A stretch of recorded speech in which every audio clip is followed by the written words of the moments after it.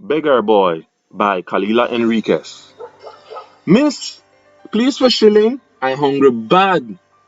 The request was coming from a barefooted and shirtless little boy, no bigger than my 5-year-old daughter, who was clutching my hand tightly. I pretended not to hear him and continued down Albert Street, where air conditioned department stores shared space with vendors who set up over drains, where bicycle carts vendors pedaled through the potholes, and where street hustlers tried to sell you curtains and plastic bins as good as those in the stores. Ma, the Levi asked you for shilling. So why you no give him? Because my voice trailed off as I tried to explain, to find a reason so good enough for her developing mind.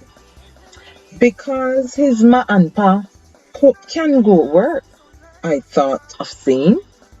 But looking at his rusty frame and threadbare clothes, I couldn't tell whether he even had a mother or father looking after him.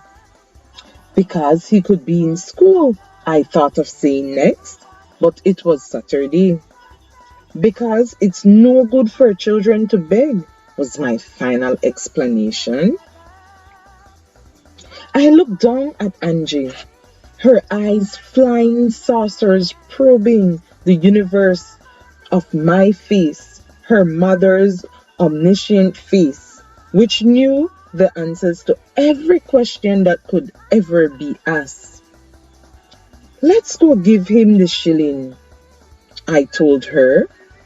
Angie grinned and squeezed my hand, pulling me towards where the little boy sat. He was squatting on a short ledge next to the narrow drain, which was rancid with black water.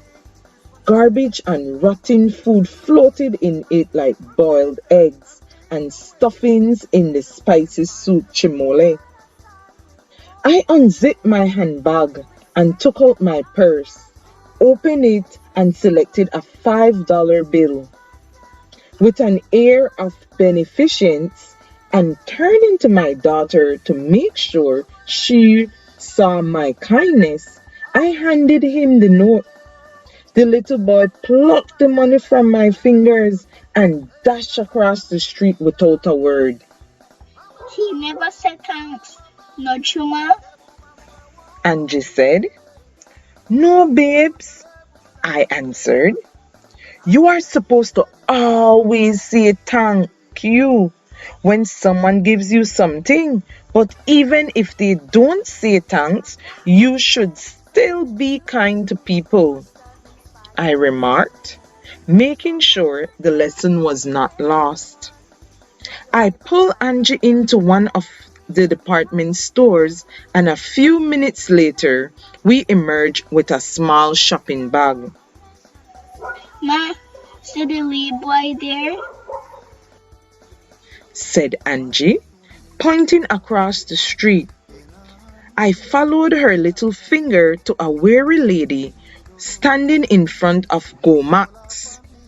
Her skin appeared gray from ash, and her hair was locked in clumps across her head. She wore a pink flowery bra, and beneath it, her ribs decorated her chest. A woman passing by saw me staring and interfering remarked, Look how Sharon stay now. No? She used to do so good for she and that Lee boy. Watch how Rock got on. Rock is a bad thing. The little boy handed Sharon the $5 bill, and I watched as she held it up to the sun to examine the watermark. Her grin, with a wide gap between the single remaining left tooth and the single remaining right one, looked like the sticks that children planted as football goalposts. She tucked the money in front of her matching pink panties, which were pulled way over the waist of her battered jeans. And then Extending a bony finger, she pointed to a nice-looking woman not far from us, and I hear her say, "Go ask that nice lady now."